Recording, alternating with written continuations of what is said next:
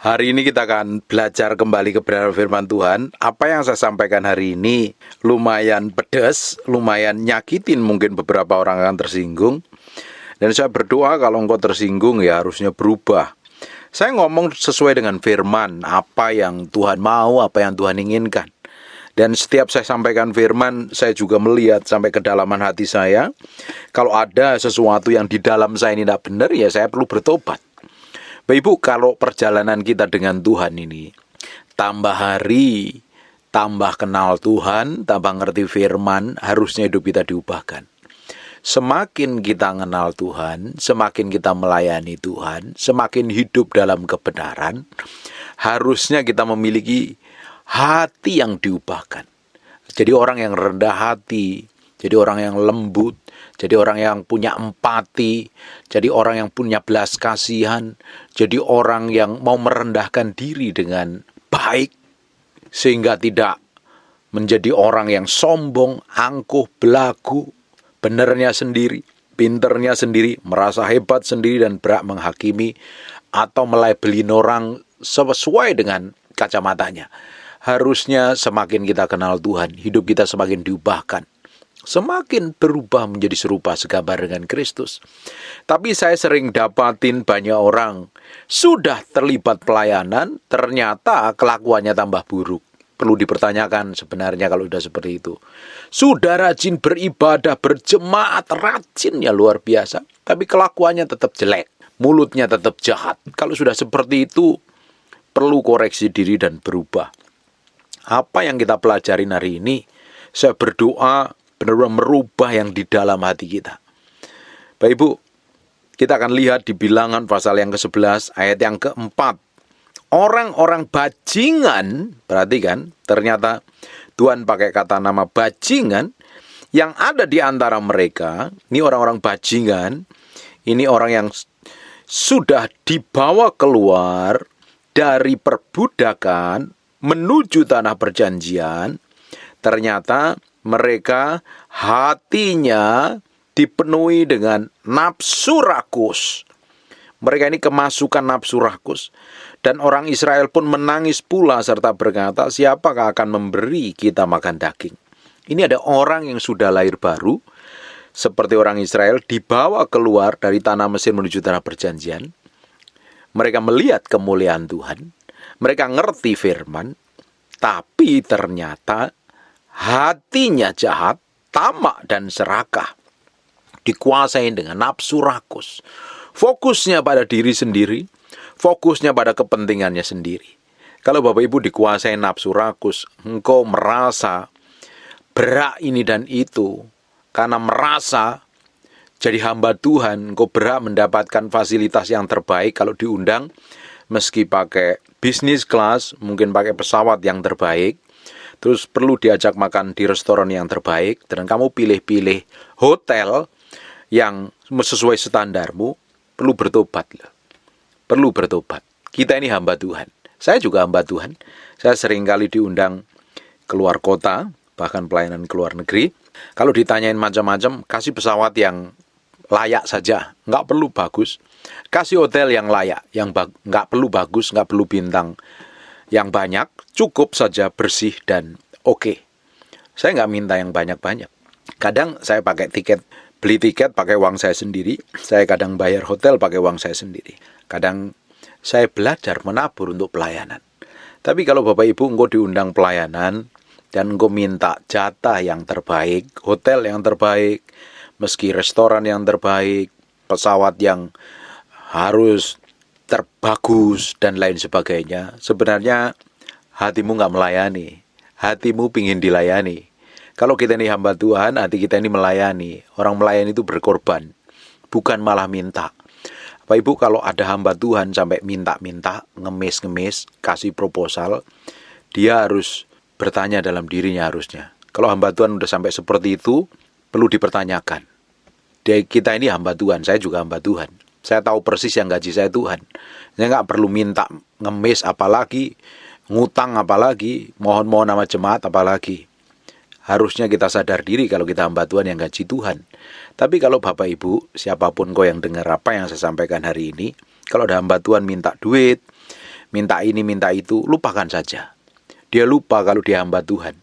Kalau yang harusnya yang gaji adalah Tuhan, kalau dia hambanya Tuhan. Tapi kalau sampai minta, apalagi ngajuin proposal, perlu dipertanyakan. Benar-benar enggak panggilannya?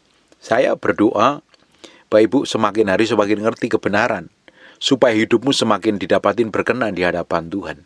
Saya dipanggil dari desa, bukan siapa-siapa, bukan orang terkenal, bukan anaknya orang kaya, orang yang sangat sederhana, dan orang nggak kenal saya. Di awal-awal pelayanan saya nggak ada kenal saya. Dari tahun 97 sampai 2021 orang baru kenal saya. Saya nggak pernah minta sama orang. Saya nggak pernah ngajuin proposal. Saya hanya berdoa. Saya nggak mempromosikan diri. Saya memberi hati saya untuk melayani Tuhan. Saya dedikasikan untuk Tuhan. Saya benar-benar, saya ini jadi hamba Tuhan, yang gaji saya Tuhan. Dan Tuhan masih berikan hikmat, Tuhan berikan pengertian, Tuhan berikan pengetahuan, ya saya kerjakan itu. Saya bisa buka usaha, saya bisnis dan lain sebagainya. Bapak Ibu, kalau kita ini masih memiliki nafsu rakus, tamak dan serakah, ingin diutamakan dari yang lain, perlu dipertanyakan loh hatimu. Sebenarnya kamu ini melayani Tuhan atau melayani dirimu sendiri? Kalau orang yang rakus ini ya, dikuasai nafsu rakus ini, yang di pusat kepentingannya adalah dirinya sendiri, yang harus dipuaskan. Orang yang rakus ini tamaknya luar biasa, serakahnya luar biasa. Fokusnya pada dirinya sendiri dan kepentingannya sendiri. Alkitab katakan orang bajingan. Hari ini banyak bajingan di gereja. Fisiknya kelihatan rohani, melakukan aktivitas rohani, bisa pelayanan, bisa khotbah, bisa jadi jemaat yang rajin puluhan tahun ke gereja, tapi kelakuan membuktikan bahwa dia adalah orang bajingan menurut kacamata Tuhan, karena rakus dan tamak. Fokus pada diri sendiri. Dengerin baik-baik. Kalau kamu jadi orang yang rakus dan tamaknya fokus pada dirimu sendiri, yang dipusatkan adalah perutnya sendiri, seperti orang Israel ini, yang menangis, siapa yang akan memberi kita makan daging? Makanan yang dibutuhkan, yang dipusatkan, kebutuhan fisiknya, akhirnya apa yang terjadi? Kalau orang-orang seperti ini ada dalam gereja, dia bikin trouble, bukan jadi berkat, malah jadi batu sandungan. Saya mendengar banyak cerita dari teman-teman sepelayanan, ada hamba-hamba Tuhan memang mereka pingin dilayanin, padahal labelnya hamba Tuhan. Harusnya kalau labelnya hamba Tuhan itu melayani, bukan dilayanin. Tapi banyak orang fokusnya pingin dilayani. Dan ketika mereka melayani dan pilih-pilih, kalau sudah seperti itu, hati ini tidak murni di hadapan Tuhan. Gak murni di hadapan Tuhan. Kita ini sebagai hamba Tuhan harus memiliki hati yang murni. Benar-benar tulus melayani Tuhan. Jangan sampai ada motivasi busuk di dalamnya. Jangan ada motivasi yang tidak berkenan di hadapan Tuhan. Ujungnya Tuhan lihat kok. Ujungnya Tuhan akan ketahui semua isi dalam diri kita. Tidak ada yang bisa disembunyikan. Kita harus belajar memiliki motivasi yang murni. Dan motivasi yang tidak murni ini pun bisa terlihat di depan jemaat. Di depan orang banyak. Makanya kita sebagai hamba Tuhan, terutama yang bagi para hamba Tuhan, yang punya gelar pendeta, harus memiliki sikap hati yang murni di hadapan Tuhan. Jangan kau mau dilayanin. Jangan kau mau minta sesuatu yang terbaik ketika diundang pelayanan. Memalukan sekali. Kita ini melayani Tuhan, bukan jadi bos kok, jadi hamba. Tapi hari ini banyak orang merasa menjadi Tuhan. Hari ini perlu bertobat, berubah. Jangan sampai kita ditolak Tuhan suatu hari. Seperti orang Israel ini. Dia sudah keluar fisiknya dari tanah Mesir, tapi ternyata Mesir tidak pernah keluar dari hati orang Israel. Perhatikan ya. Di ayat yang kelima. Kita teringat kepada ikan yang kita makan di Mesir, dengan tidak membayar apa-apa, kepada mentimun, semangka, bawang pre, bawang merah, dan bawang putih. Bayangin. Fisiknya sudah keluar dari tanah Mesir, tapi yang dipikirkan yang di Mesir. Dia pikir makan gratis, nggak bayar apa-apa. Dia lupa bahwa diperbudak bertahun-tahun jadi budak. Kerja keras loh. Hanya karena makanan yang difokuskan. Karena nggak bayar apa-apa, padahal dia bayar dengan tenaganya. Dia lupa dengan itu.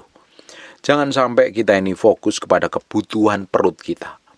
Kalau kita hanya mementingkan kebutuhan perut kita nggak melihat kekekalan. Kita hanya fokus pada diri kita sendiri.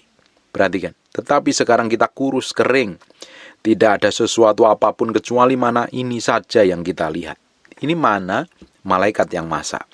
Malaikat yang menyiapkan makanan secara ilahi. Tetapi orang Israel ini tidak bersyukur di hadapan Tuhan. Ini pelajaran mahal. Kadang kita harus menikmatin semua apa yang Tuhan percayakan sama kita, apapun itu. Sekalipun hanya dikasih mana. Cukup. Just enough untuk makan hari ini. Kalau itu dicukupkan, kita belajar mencukupkan diri dengan baik. Jangan mengada-ngada jadi orang. Jangan malah melihat orang lain dan akhirnya kita memiliki sikap hati yang tidak benar. Orang lain diberkati, kok aku enggak? Dan lain sebagainya. Akhirnya apa? Isinya gerutu, ngomel, dan ngeluh saja. Belajar memiliki sikap hati yang benar di hadapan Tuhan. Ini orang tidak lihat. Sikap hati ini orang tidak lihat. Tapi lama-lama orang akan melihat. Yang tahu kita dengan Tuhan. Sikap hatimu, respon hatimu, motivasi hatimu, ini tersembunyi di dalam batin kita.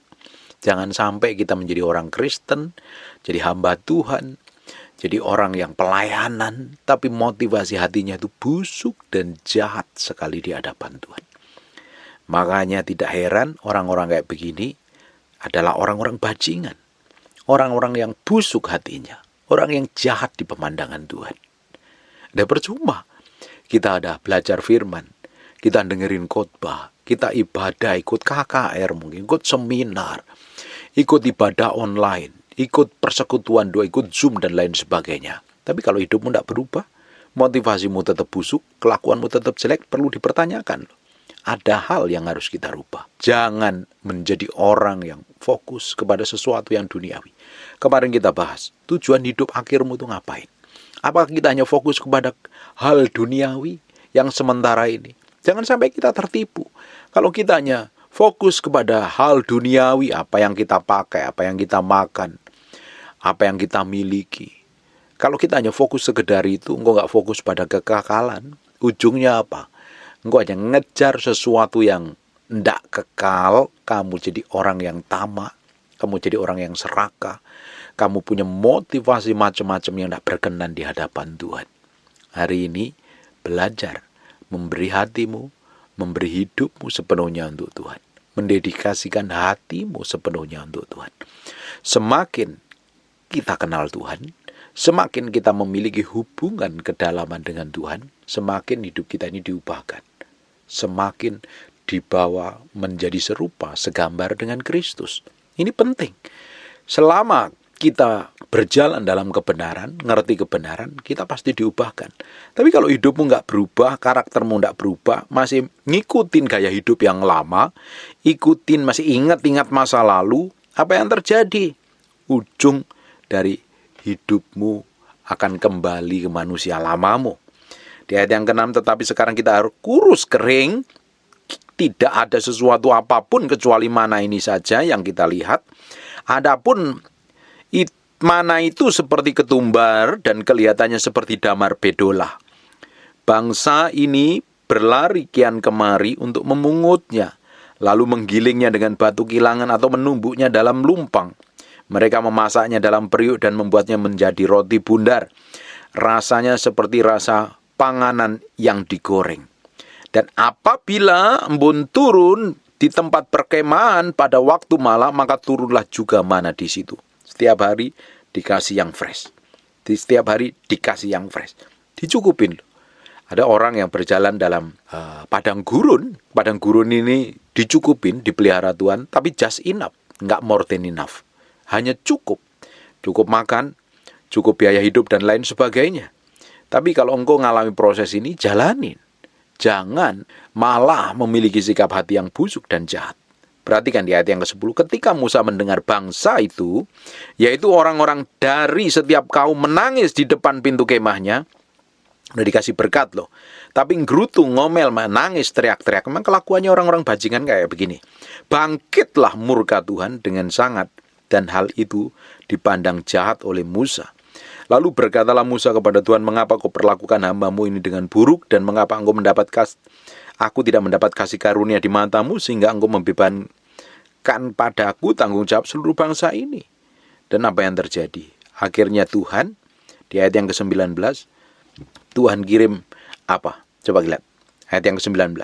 Bukan hanya 1 hari kamu akan memakannya, bukan 2 hari, bukan 5 hari, bukan 10 hari, bukan 20 hari. Tapi genap sebulan lamanya sampai keluar dari dalam hidungmu, sampai kamu muak karena kamu telah menolak Tuhan yang di tengah-tengah kamu, dan menangis di hadapannya dan berkata, untuk apa kita keluar dari Mesir? Ini kan orang yang luar biasa. Tuhan kirim burung puyuh. Luar biasa sekali. Bapak Ibu meski baca seluruh pasal ini, Bapak Ibu baru ngerti. Hari ini kita meski belajar untuk hidup takut akan Tuhan. Coba perhatikan di ayat 1 sampai 3-nya. Pada suatu kali bangsa itu bersungut-sungut di hadapan Tuhan tentang nasib buruk mereka. Kamu suka bersungut-sungut tentang nasib burukmu. Nanti Tuhan mendengar dan murkanya akan menimpa hidupmu. Jagain hatimu dengan baik. Jangan sampai ketika, apalagi ini hamba Tuhan ya, diundang keluar kota, dikasih fasilitas yang biasa, bersyukur saja. Kita meski tahu dari mana kita berasal. Kalau kita dipercayakan pelayanan itu satu kehormatan. Suatu kehormatan. Jangan sampai kita malah menjadi orang yang sembarangan dan sembrono. Memperlakukan semau kita sendiri. Malah kita menuntut lebih dan yang tidak patut dan selayaknya. Jangan sampai kita menjadi orang-orang bajingan yang tinggal di dalam gereja. Mukanya si manis, mukanya baik, bisa pelayanan, bisa khotbah, bisa main musik, bisa menyumbang gereja. Tapi kelakuan kita ini busuk di hadapan Tuhan. Tidak berkenan di hadapan Tuhan. Tuhan mau dapatin kita menjadi hamba yang baik. Makanya Matius katakan, bukankah aku ini sudah menyembuhkan orang sakit, bernubuat, melakukan mujizat. Tapi ternyata di ujungnya ditolak Tuhan. Tuhan tidak kenal dengan orang-orang model kayak begini. Bisa melakukan aktivitas agamawi, bisa melakukan kegiatan agamawi, kegiatan yang kelihatan rohani, tapi belum tentu kita rohani. Bapak Ibu bisa datang ke gereja ngikutin ibadah yang penuh urapan, tapi engkau belum tentu diurapi loh. Engkau belum tentu hidup benar di hadapannya loh. Makanya harus memberikan hatimu di hadapan Tuhan. Bisa saja kamu jadi orang Kristen, tapi hatimu jauh dengan Tuhan. Hanya melakukan aktivitas agamawi tok. Terbukti dari mana kalau kamu hanya melakukan aktivitas agamawi, rajin ibadah, tapi kelakuan hari-harimu tidak berkenan di hadapan Tuhan. Bayangkan Bapak Ibu, bangsa Israel ini dibawa keluar dari perbudakan menuju tanah perjanjian. Dilewatkan padang gurun untuk dites, diuji, dimurnikan hatinya nempel sama Tuhan. Apa tidak? Hatinya berterpaut sama Tuhan apa dia? Ternyata tidak loh. Dia sudah keluar dari tanah Mesir, tetapi Mesir susah sekali keluar dari hidupnya orang Israel. Isinya apa? Gerutu, ngomel, ngeluh, kelakuannya busuk, ingat masa lalu. Banyak orang Kristen sudah pelayanan, sudah rajin gereja, jadi donatur di gereja, tapi kelakuanmu jahat dan busuk. Itu tidak berkenan di hadapan Tuhan. Makanya, kalau engkau masih seperti itu, ada orang-orang ya, sikapnya masih busuk dan jahat. Jadi donatur gereja ingin dilihat orang. Sebenarnya kamu rakus, dapat pujian, dapat penghormatan, dapat pengakuan dari orang. Sama-sama tidak berkenan di hadapan Tuhan. Hidup kita hari ini, kita mau dedikasikan untuk Tuhan, untuk nyenengin hati Tuhan, untuk melayani pekerjaan Tuhan. Melayani Tuhan dan melayani pekerjaan Tuhan adalah dua hal yang berbeda. Kalau kamu melayani Tuhan, kamu duduk diam di kaki Tuhan, bergaul intim dengan Tuhan. Itu melayani Tuhan di kamar doamu. Tapi kalau engkau melayani pekerjaan Tuhan, artinya engkau terlibat pelayanan di gereja, di persekutuan doa, dimanapun, di yayasan misi dan lain sebagainya. Tapi banyak orang hanya sekedar melayani pekerjaan Tuhan tanpa mau melayani Tuhan. Sebenarnya dampak dari kita melayani Tuhan secara pribadi di kamar doa kita, kita dipercayakan melayani pekerjaan Tuhan. Kalau kita dasarnya ini benar, apa yang terjadi dengan hidup kita pasti berubah. Makanya kalau hanya orang ngejar sekedar melayani pekerjaan Tuhan, hatinya belum tentu diubah Tuhan. Hatinya masih punya motivasi jahat, motivasi busuk, pingin dapat fasilitas tertentu, dapat pelayanan yang terbaik lah pokoknya. Kalau nggak dilayani yang terbaik, ngomel gerutu. Memang kamu siapa? Minta yang terbaik. Bayar sendiri, pakai uangmu sendiri kalau kamu pingin yang terbaik. Kalau kita melayani, ya kita belajar memberi hati kita sepenuhnya. Kalau mau pakai yang terbaik, pakai uangmu sendiri. Bayar hotel sendiri, bayar tiket pesawat sendiri, bayar makanan sendiri. Itu baru oke.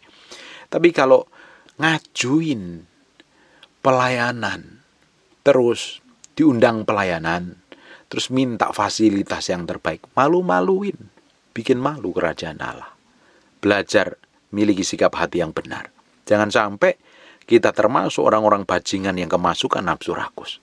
Mungkin gak rakus masalah makanan, tapi rakus masalah persembahan, rakus masalah fasilitas, rakus masalah penghormatan, dan lain sebagainya.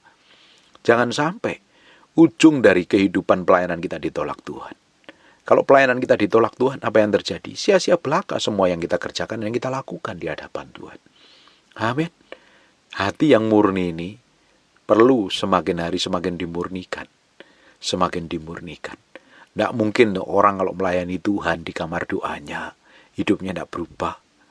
Kalau hanya sekedar pelayanan pekerjaan Tuhan, melayani, terlibat dalam pelayanan pekerjaan Tuhan, yang termasuk berkhotbah, termasuk jadi usher, termasuk menjadi donatur gereja, dan lain sebagainya lah. Itu pelayanan pekerjaan gereja. Tapi belum tentu loh hatinya berubah. Tapi kalau pelayanan itu dimulai dengan melayani Tuhan di kamar doamu, kamu pasti ketika melayani pekerjaan Tuhan memiliki sikap hati yang benar, motivasi yang benar di hadapan Tuhan. Ujungnya apa? Kau memiliki dampak, memiliki otoritas, memiliki pengaruh, membawa banyak orang semakin diubahkan dalam hadirat Tuhan. Amin. Sikap hati yang di dalam kita ini, awalnya yang tahu kita dengan Tuhan.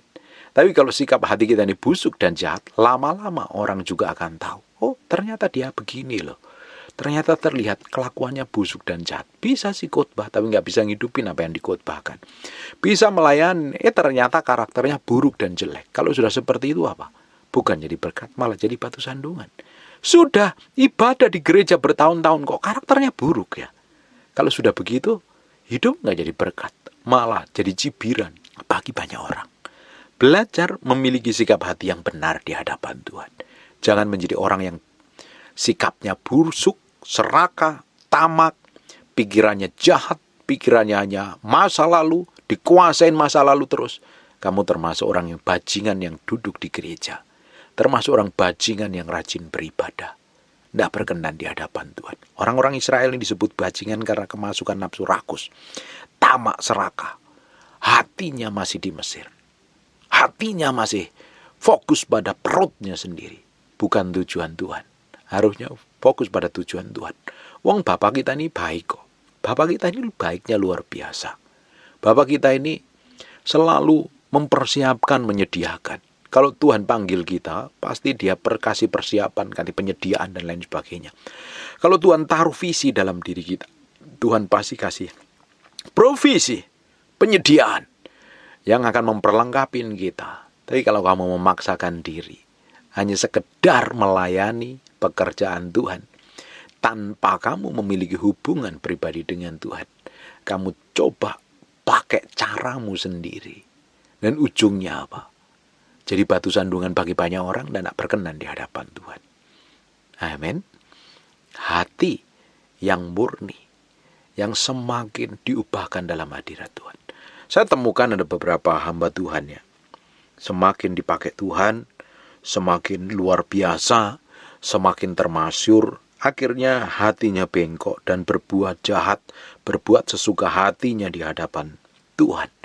Dan ujungnya melakukan yang bukan menjadi bagiannya dan ujungnya ditolak Tuhan. Usia.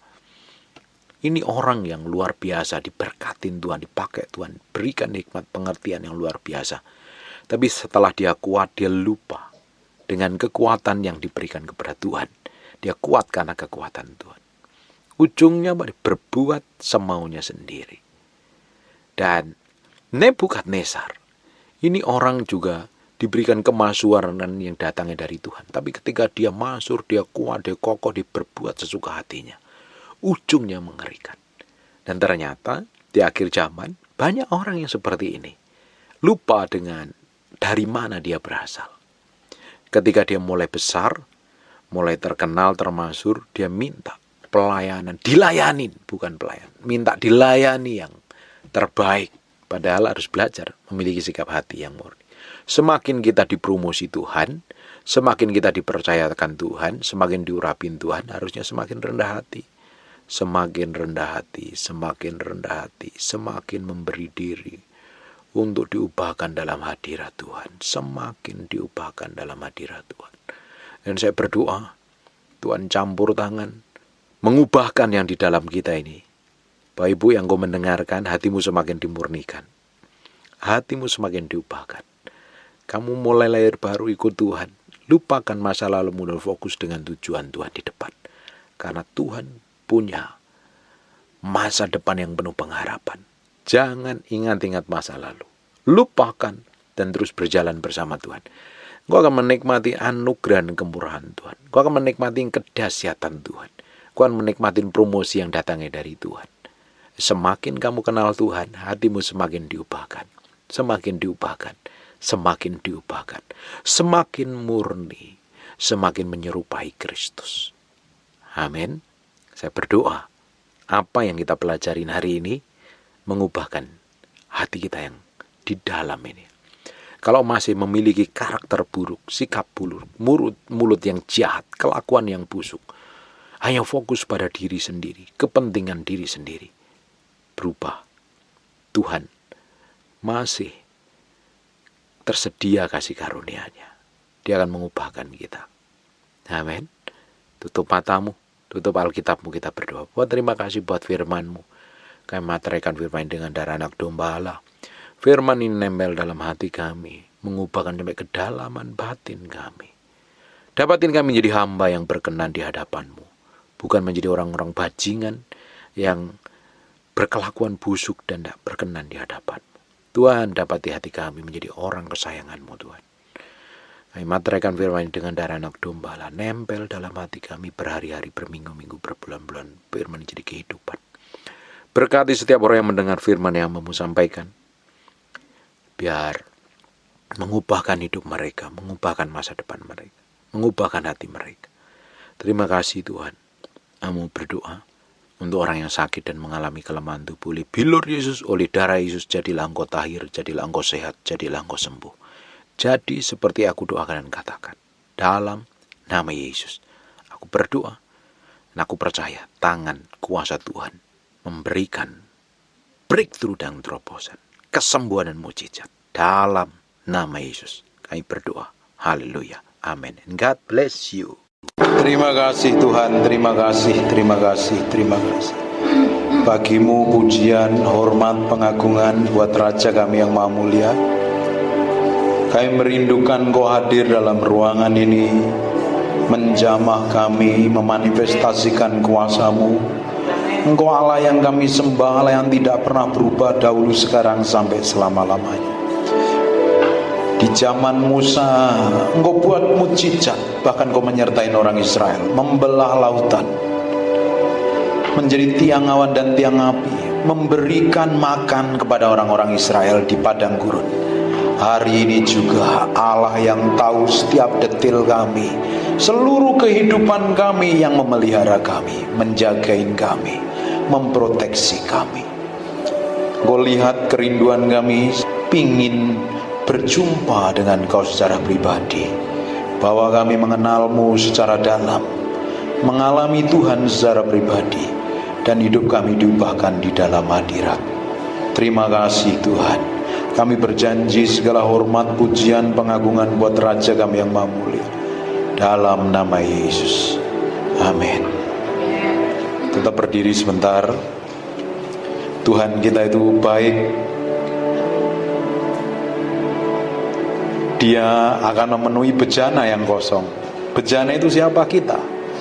Kalau kita memiliki kerinduan akan Tuhan, pingin Tuhan, bukannya sekedar datang ibadah, tapi pingin mengalami Tuhan, sore hari ini dia akan menjamah Bapak Ibu semuanya. Amin. Tutup matamu, fokus sama Tuhan, lupakan dirimu dan tenggelam di dalam hadirat-Nya. Come breathe upon me. Come breathe upon me, breath of God. Breathe upon me. Nikmati hadirat-Nya. Nggak perlu ikut nyanyi, tapi engkau tenggelam dalam hadirat. As I lift my hand in surrender to your name, Most High, I'm yielding to your Spirit, walking in your love. Jesus, I adore. Jesus, I adore. Jesus, I adore your holy name. Come breathe upon me. Come breathe upon me, breath of God. Breathe upon me, Spirit of the Lord. As I lift my hand in surrender to your name, Most High, I'm yielding to your Spirit, walking in your love. Jesus, I adore. Jesus, I adore. Jesus, I adore your holy name. Dipenuhi kemuliaan, dipenuhi kemuliaan, dipenuhi pujian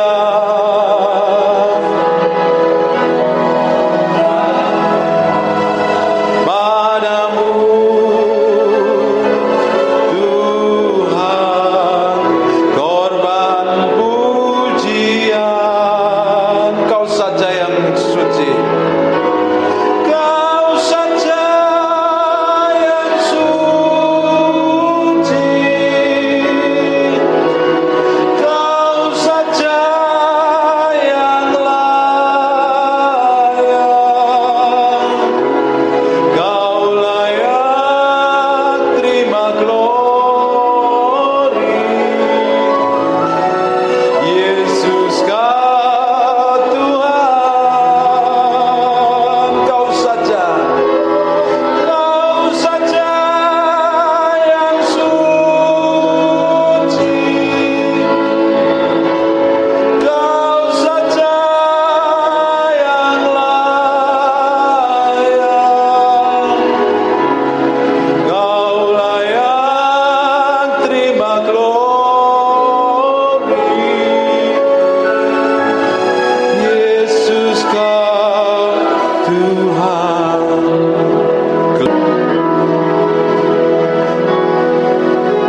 Bagasekono motapekona rabasekene mendepekiono motopokor. Aku berdoa ada urapan Tuhan turun dalam ruangan ini. Nikmati hadirat Tuhan dalam ruangan ini. Aku berdoa setiap orang dalam ruangan ini ngalami Tuhan secara pribadi, ngalami jamahan Tuhan.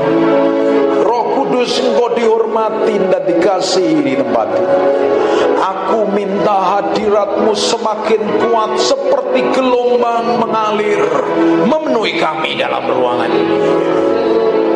Ike robo kono mo shande biko no mo papi pepe remente pekianamat.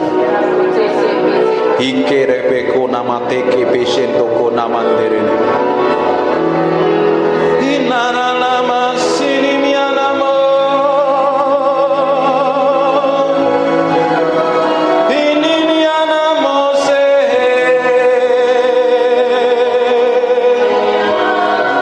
Ini mikianamo. Sembadia. Dinamoso. Dinamo nama nama ya sirigini me. Ingini mi dinamose.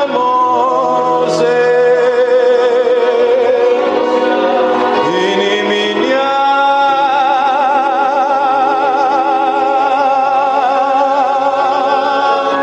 Shanama.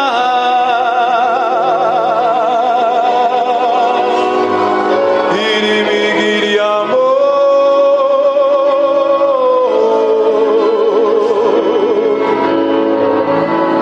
Engkau disembah, ditinggikan. Di tempat ini namamu diagungkan. Namamu dimuliakan.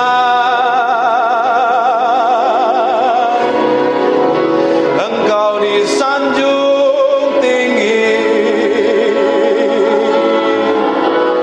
Oh Tuhan, nikmati dia dalam hadiratnya. Tuhan,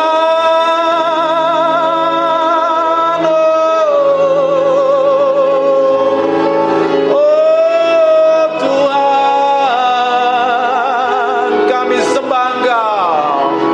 Kami nyanyikan mazmur memuliakan namamu.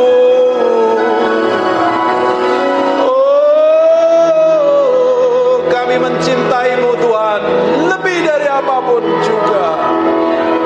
Oh Yesus, oh Yesus, kami yang mengasihimu. Datanglah dalam kuasa-Mu yang ajaib. Hadirlah Tuhan.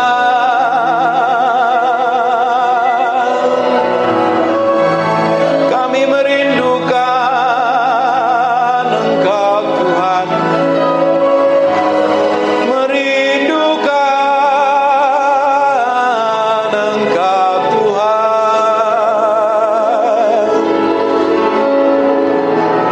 Kami menyembah dalam hadirat-Mu.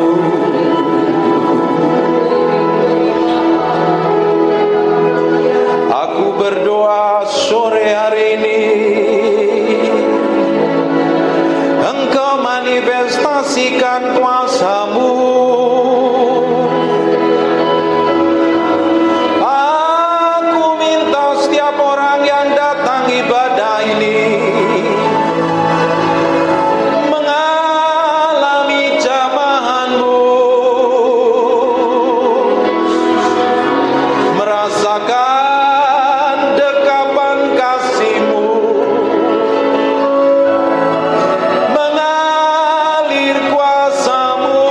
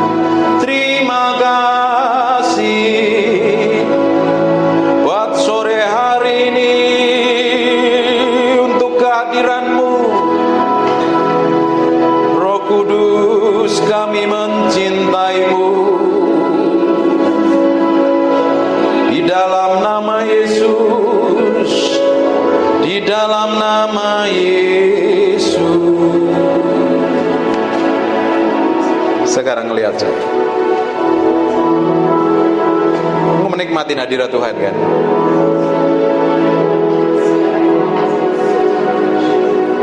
Menikmati hadirat Tuhan.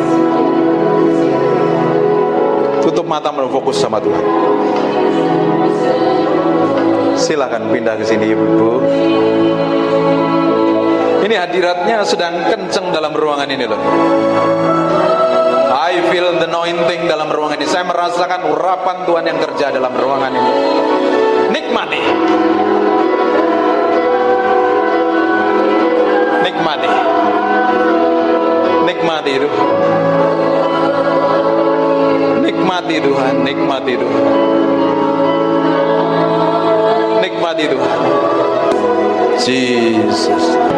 Terima kasih buat hadirat-Mu. Terima kasih buat hadirat-Mu.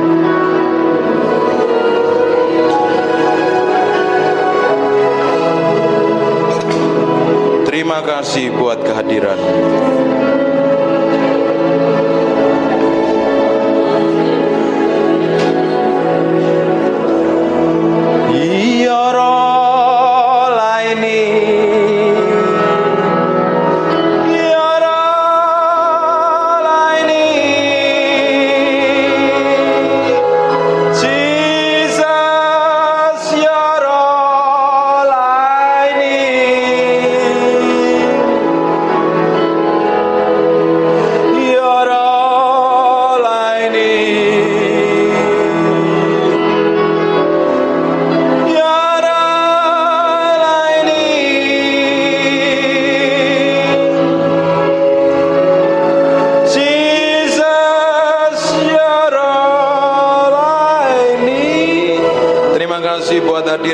Terima kasih buat kehadiran-Mu. Terima kasih ya Tuhan, terima kasih. Bagimu segala pujian, hormat dan pengagungan dalam nama Yesus. Haleluya. Amin. Silakan duduk. Haleluya.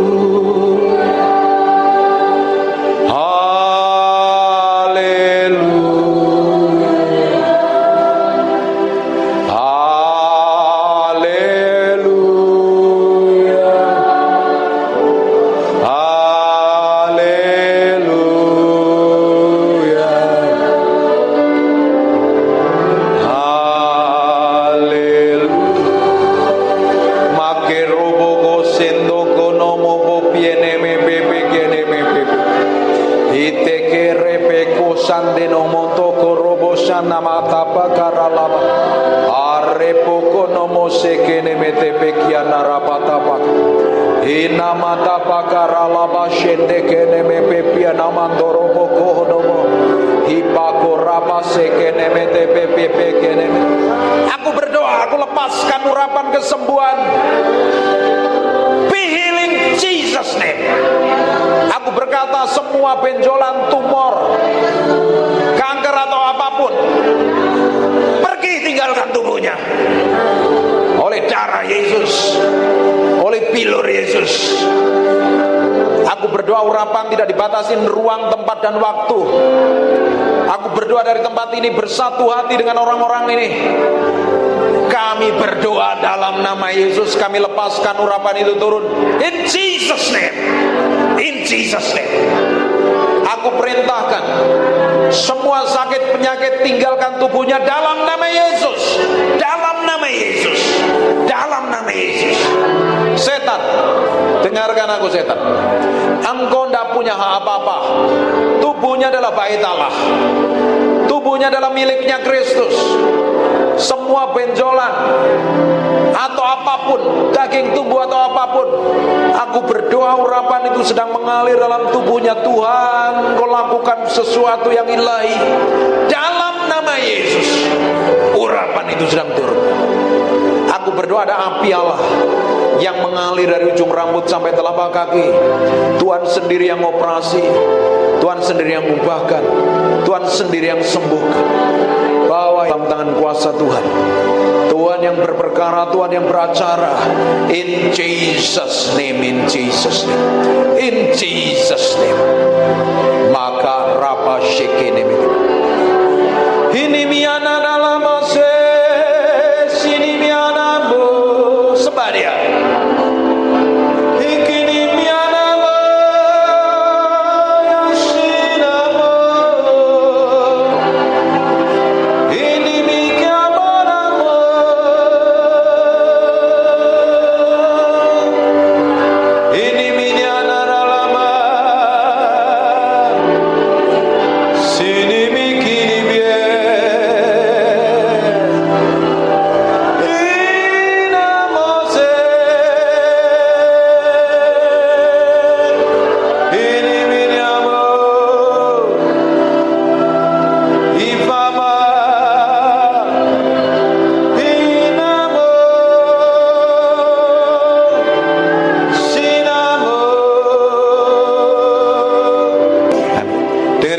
Baik, sebentar lagi kita selesai. Belajar bergantung sama Tuhan. Jangan menjadi orang yang berjalan semau kita sendiri, bertindak seenak perut kita sendiri.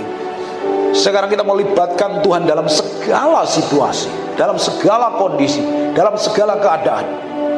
Pengharapan kita adalah Tuhan sendiri. Baik Ibu, tidak ada tempat yang nyaman selain kita duduk diam di dalam hadirat-Nya. Di kitab Mazmur 91, orang yang duduk diam dalam naungan yang maha tinggi, artinya orang yang duduk bergaul dengan Tuhan, itu adalah tempat yang paling aman.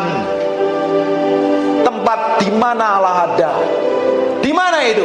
Dalam hadirat Tuhan. Waktu Bapak Ibu tadi nyembah, Bapak Ibu kan lupa dengan dirimu kan? Engkau gak peduli dengan dirimu, kamu hanya fokus sama Tuhan. Benar gak? Benar? Lakukan itu di kamar doamu setiap hari. Jangan pikirin sakit penyakit Ibu. Pikirin Tuhan. Rindukan Tuhan lebih dari apapun. Dia Allah yang akan berperkara. Sekarang bagian kita hanya tinggal di dalam hadirat-Nya.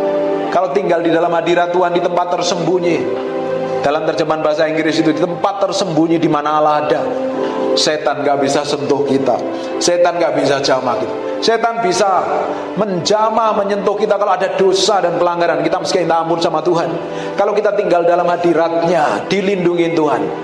Kutuk mantra, sakit penyakit di kitab Mazmur 91, penyakit sampar pun tidak akan bisa menyentuh kita, karena kita dalam lindungan Tuhan, diproteksi Tuhan, dijagain Tuhan.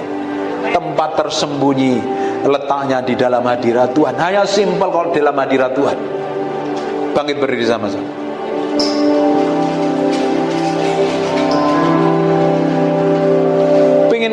Pingin tiba-tiba berubah kan dalam hadirat Tuhan kan? I just want to praise you. I just want to praise you and lift. Tutup matamu. My hands and say I love you. You are everything to me. And I exalt your holy name. And I exalt your holy name. And I exalt your holy name, Most High. Sekarang buka matanya. Waktu kita nyanyi tadi, I just want to praise you tadi, Ibu tutup mata, Bapak tutup mata. Kamu lupakan dengan dirimu. Bahkan kamu nggak tahu kalau lagi duduk di sini kan? Bener kan? Lagi berdiri di sini. Kita ulangi lagi. Ajarin masuk dalam hadirat. Tutup matanya. I just want to praise and lift my hands and say I love you. You are everything to me. And I exalt your holy name. And I exalt your holy name. And I exalt your holy name, Most High. Sekarang buka matanya sebentar. Tadi waktu kamu tutup mata, kamu lupa dengan dirimu sendiri. Kamu bahkan lupa kalau ada di tempat ini. Fokusmu sama Tuhan. Dan itu harus dilakukan setiap hari di tempat tidur kita, di kamar kita. Pak, saya nggak bisa nyanyi. Pak, saya nggak bisa nyembah. Cari di YouTube lagunya Terry McAlmont, lagunya penyembahan Benny Hinn. Dengerin sambil nyembah Tuhan. Setiap hari lakukan seperti itu. Nanti tambah hari Bapak Ibu akan dibawa semakin dekat dengan Tuhan. Tiba-tiba bisa nyembah Tuhan, nyembah Tuhan, nyembah Tuhan. Di tempat penyembahan itu, di mana di situ adalah ada hadirat Tuhan, tempat paling aman, tempat di mana Tuhan sanggup buat mujizat. Namanya ruang perubahan nasib. Katakan ruang perubahan nasib. Di dalam doa, dalam hadirat Tuhan. Ketika kita ketemu Tuhan dalam hadiratnya, kita bisa berubah, masa depan kita berubah. Amin. Tuhan kita begitu powerful dan dahsyat. Dia sampai hari ini sanggup buat mujizat. Hanya serahin hatimu sampai hari ini sama Tuhan. Serahkan hatimu sepenuhnya sama Tuhan. Ikutin doa saya. Bapa, dalam nama Yesus, mulai hari ini aku mau berikan hatiku, pikiranku, perasaanku, keputusanku untuk nyenengin Engkau. Hidupku untuk membuat Engkau dimuliakan, ditinggikan. Ajar aku Roh Kudus, pimpin aku Roh Kudus, berikan kemampuan untuk aku kau dapati menyenangkan hatimu. Amin. Sekarang tutup matamu, saya berdoa. Terima kasih Tuhan buat malam hari ini. Terima kasih buat hadirat-Mu. Terima kasih buat kuasa-Mu. Terima kasih ya Tuhan. Beracara terus, Tuhan beracara, Tuhan berbicara. Engkau sendiri yang bawa dia semakin hari semakin mencintai dan mengasihi. Dipenuhi kemuliaan, dipenuhi pujian. Kami padamu Tuhan.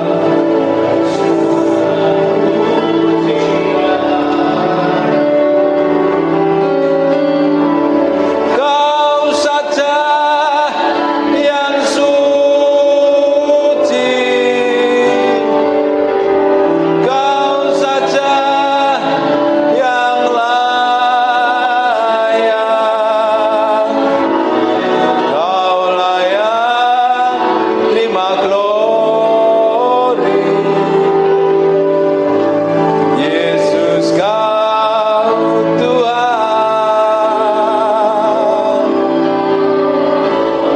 Kau saja yang suci, Kau saja yang layak, Kau layak terima glory. Yesus Kau Tuhan. Terima kasih Tuhan.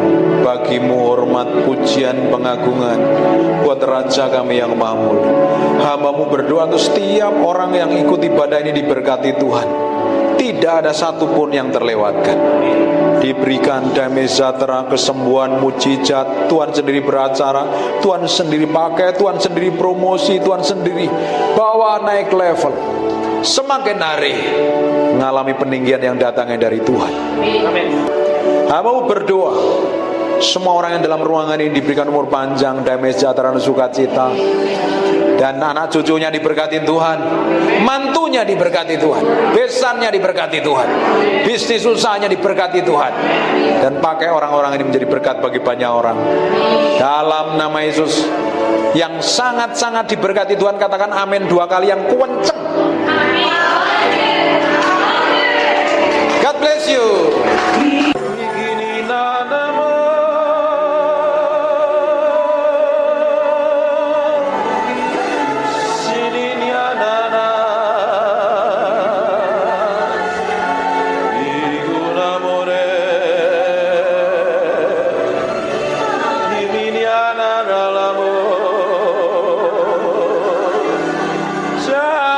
Na na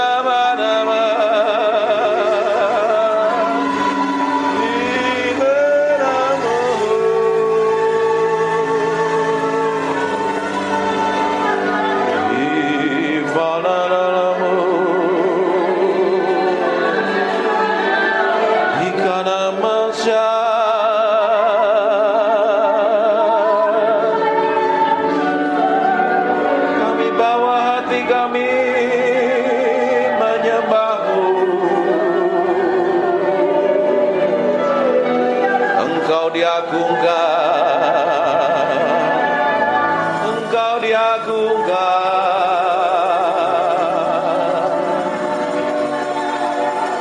In amor al amor, viviana, in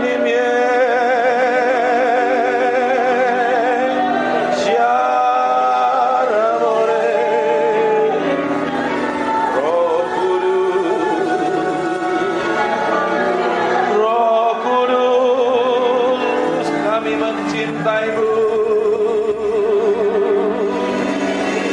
kami mencintaimu. Siang hari ini kami bawa hati kami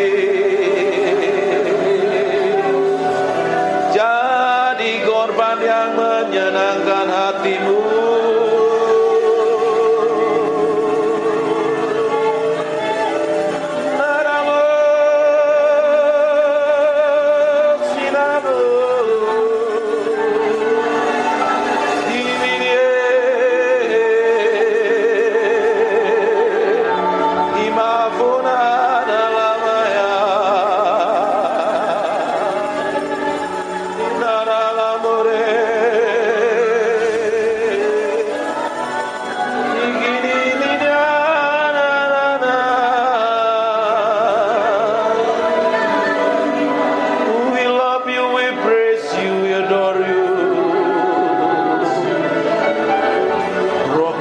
Yang manis,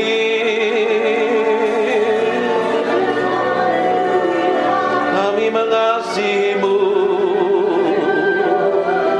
kami mencintaimu.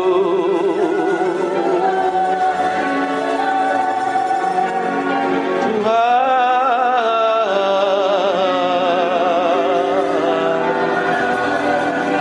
rembus dengan kuasa-Mu.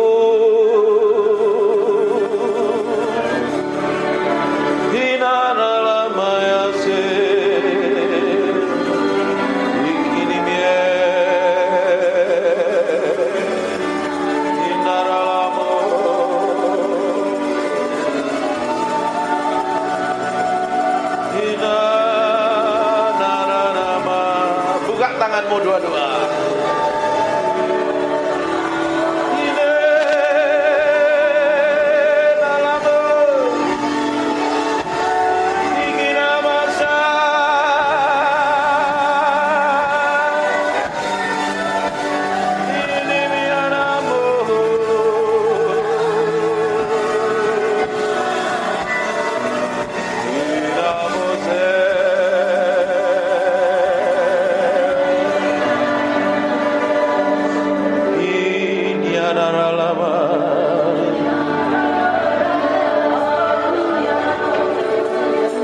Sementara aku menyanyikan mazmur ini,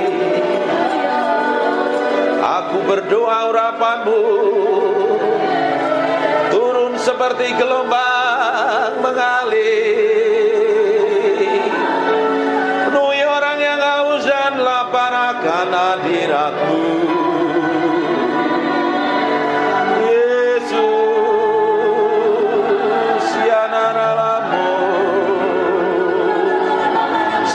Urapan itu sedang turun dalam ruangan ini.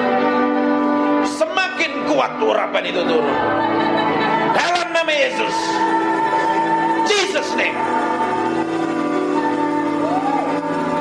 Go, fill, penuhi setiap orang dalam ruangan ini. Jesus.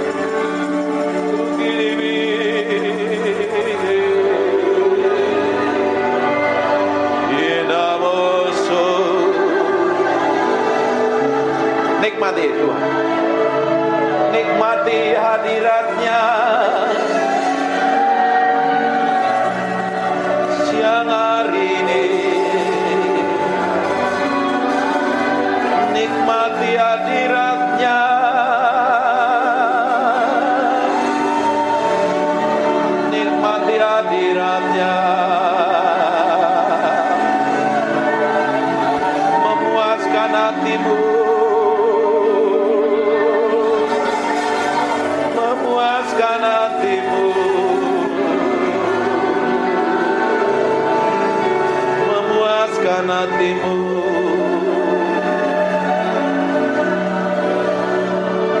Saya mau hitung 1 sampai 3. Siap-siap. Pada hitungan ketiga ada kuasa Allah turun dalam hidupmu.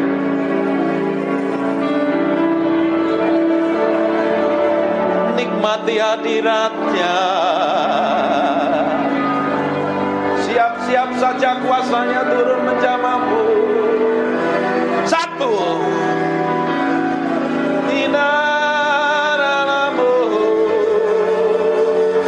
Ada seperti api turun dari atas kepalamu.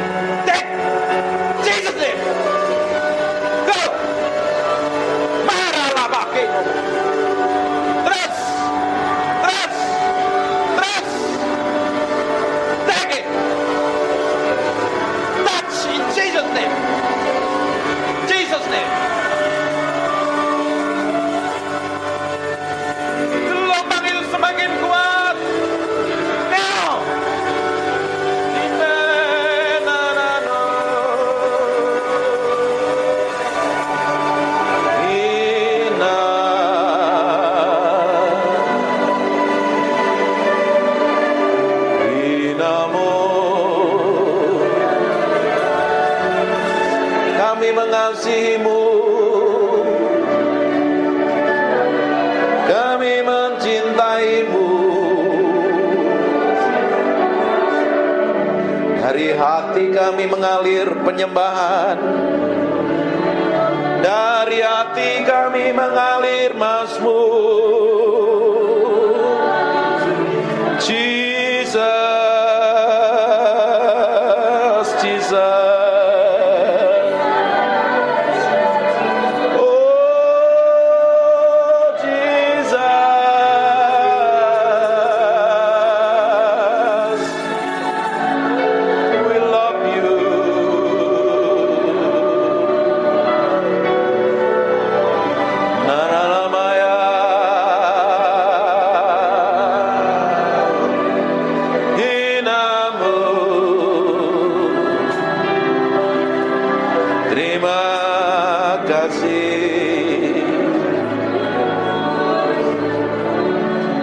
Minta roh hikmat wahyu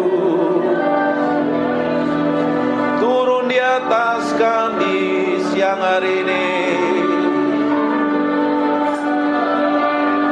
Singkapkan kebenaran-Mu, singkapkan Tuhan.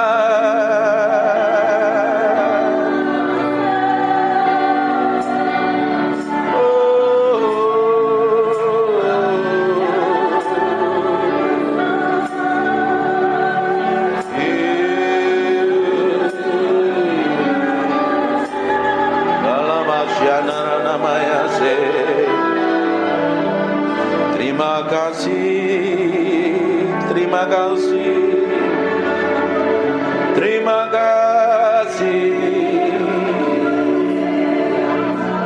Jesus.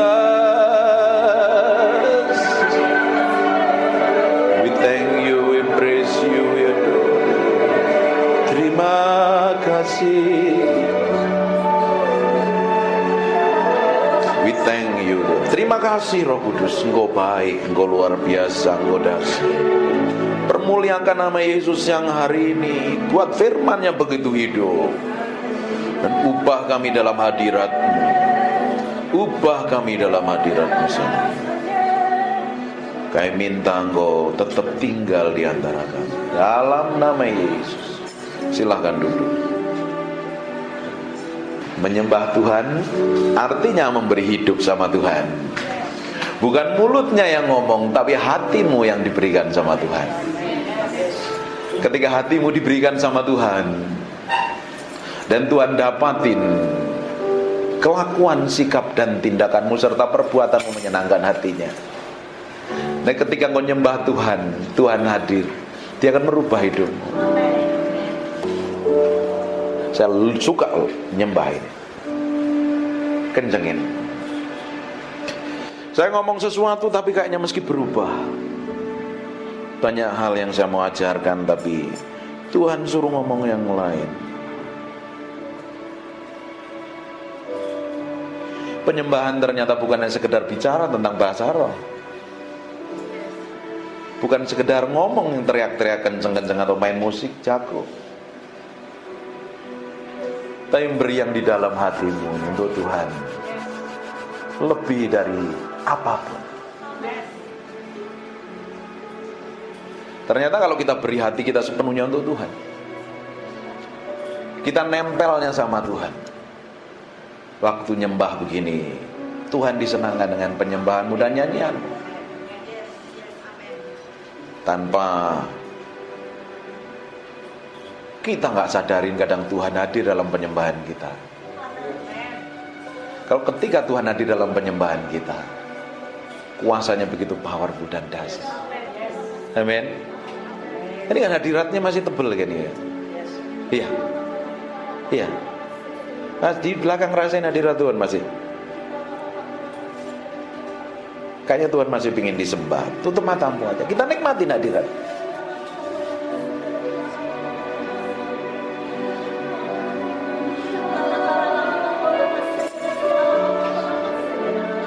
Naralamaya, naralamu,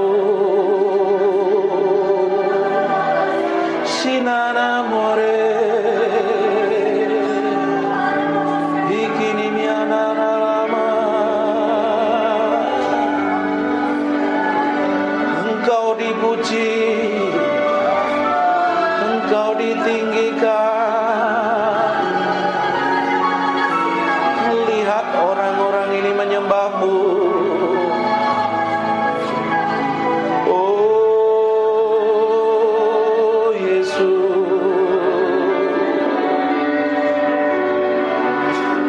inana lama naramu, inamo senarala mandaraba.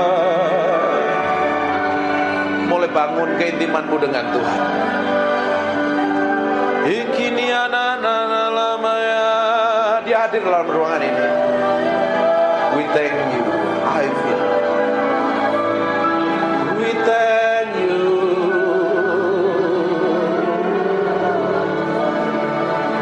Ikinana namo siniere mereme inamora.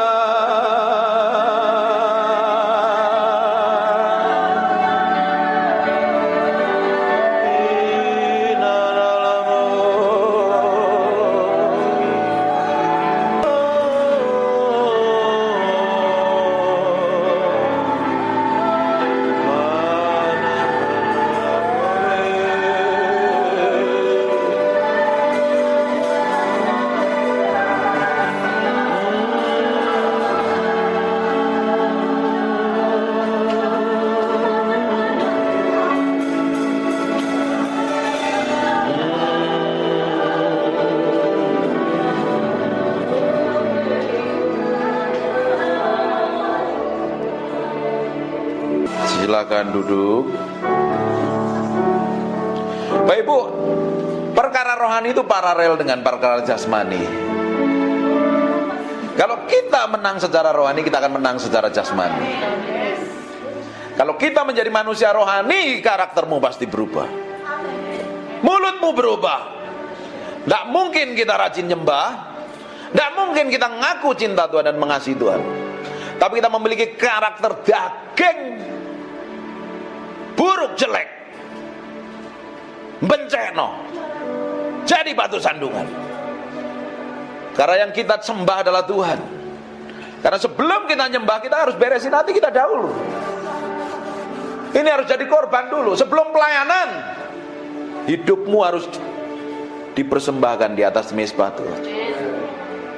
Sebelum jadi hamba Tuhan, meski mati daging, pikul salib, sangkal diri. Kalau enggak daging, nanti pelayanannya bisa khotbah, bisa nyanyi, bisa nyembah, bisa main musik, bisa jadi apapun juga. Tapi kalau lahirnya dari daging, itu enggak akan berkenan di hadapan Tuhan. Masalahnya yang tahu hati kita itu diri kita sendiri dengan Tuhan. Orang lain tidak tahu. Pasangan hidup pun tidak tahu. Yang tahu adalah engkau dengan Roh Kudus. Makanya sebelum datang kepada Tuhan, sebelum datang ibadah, nyembah dulu di hadapan Tuhan. Beri korban hidupmu dulu. Izinkan Tuhan menyelidiki sampai kedalaman batin kita. Kalau hal yang busuk, jahat, motivasi jahat, kelakuan buruk, kita bisa datang ibadah, tapi kalau kita memiliki sikap dan kelakuan yang buruk, tidak berkenan di hadapan Tuhan, buat apa? Manusia suka menutupin yang di dalam ini dengan sikap yang di luar. Di luar kelihatannya rohani, kelihatannya hebat, bagus dan luar biasa. Tapi kalau yang di dalam ini tidak didapatin berkenan di hadapan Tuhan, hidupmu tidak akan berkenan di hadapan Tuhan. Yang kita kejar hari ini adalah hidup berkenan di hadapan Tuhan. Dan suatu hari kita akan didapati menjadi orang kesayangan Tuhan. Kalau kita didapati menjadi orang kesayangan Tuhan, apa saja yang kamu butuhkan, apa saja yang kamu perlukan, tidak perlu minta, Tuhan cukupin kok. Seorang bapak yang baik, dia tahu kebutuhan anak-anaknya. Seorang mama yang baik tahu kebutuhan anak-anaknya. Betul nggak ibu-ibu yang di belakangnya? Kalau anakmu punya kebutuhan, pasti dicukupin kan? Kadang dia nggak minta pun, dia pasti dikasih. Bayangkan Allah kita Allah yang perkasa, Allah yang baik dan luar biasa. Oh, kita sendiri aja sering kurang ajar, Tuhan tetap baik kok. Seringkali kita nggak peduli dengan Tuhan, kita cuek dengan Tuhan, Tuhan tetap baik. Bayangkan kalau kita didapati menjadi orang kesayangan Tuhan. Hatimu diberikan sama Tuhan sampai kedalaman batinmu. Makanya setiap hari kita mesti ngomong, nih Tuhan, cek sampai kedalaman hatiku. Koreksi. Harus diizinkan Roh Kudus mengkoreksi sampai kedalaman batin ini loh. Karena orang Kristen tuh seringkali palsu. Tapi hari ini kita mau beri hati kita sepenuhnya untuk Tuhan. Tahu gak kita waktu kita beri hati kita sepenuhnya untuk Tuhan? Waktu kita nyembah, Tuhan hadir dalam penyembahan kita. Betul nggak? Roh Kudus adalah roh yang kudus, roh yang suci. Dia tidak bisa bersatu dengan pribadi yang kotor dan najis. Bagaimana kita ingin menghadirkan Tuhan dalam penyembahan kita, dalam pelayanan kita, sedang mulut kita jahat, hati kita busuk, motivasinya jahat, tidak berkenan di hadapan. Datang. Tapi kalau hati kita ini belajar, proses by proses nih, hari demi hari ini, setiap hari, ketika Bapak Ibu dengar khotbah seperti ini, kan mengkorek sampai kedalaman batinmu. Ini khotbah kan tidak enak, keras lagi. Tahu Peter Guntur pasti khotbahnya keras, nggak ngomong manis. Saya nggak mau kasih gula-gula, khotbah yang manis-manis, nanti Bapak Ibu semuanya kena diabetes rohani loh. Penyakitan secara rohani. Saya kasih stik dan daging supaya engkau bertumbuh kuat di dalam Kristus dan didapati menjadi orang-orang yang berkenan di hadapan Tuhan, nyenengin hati Tuhan. Bukan menang secara rohani saja, secara jasmani pun engkau punya jadi orang-orang yang skillful, berhasil di bidangmu. Jadi ibu rumah tangga yang berhasil, jadi businessman, businesswoman yang berhasil. Kerjain apa-apa berhasil, karena kalau orang disertain Tuhan, apa saja yang dikerjakan tanganmu Tuhan akan bikin berhasil. Tidak mungkin ikut Tuhan itu gak bikin berhasil. Ada yang salah kalau hidup kita gak ngalami peningkatan. Masa dari tahun ke tahun tetap sama? Yang gak berubah itu Yesus. Kita harus berubah dari kemuliaan kepada kemuliaan, dan kemuliaan semakin besar. Orang bisa melihat kemuliaan yang manifestasi melalui hidup kita. Amin. Tuhan mau seperti itu. Bukan duduk di gereja ditumpangi tangan pendeta, diuyak-uyak kepalamu, terus hidupmu ingin berubah sampai gigimu rontok semua, nggak akan berubah.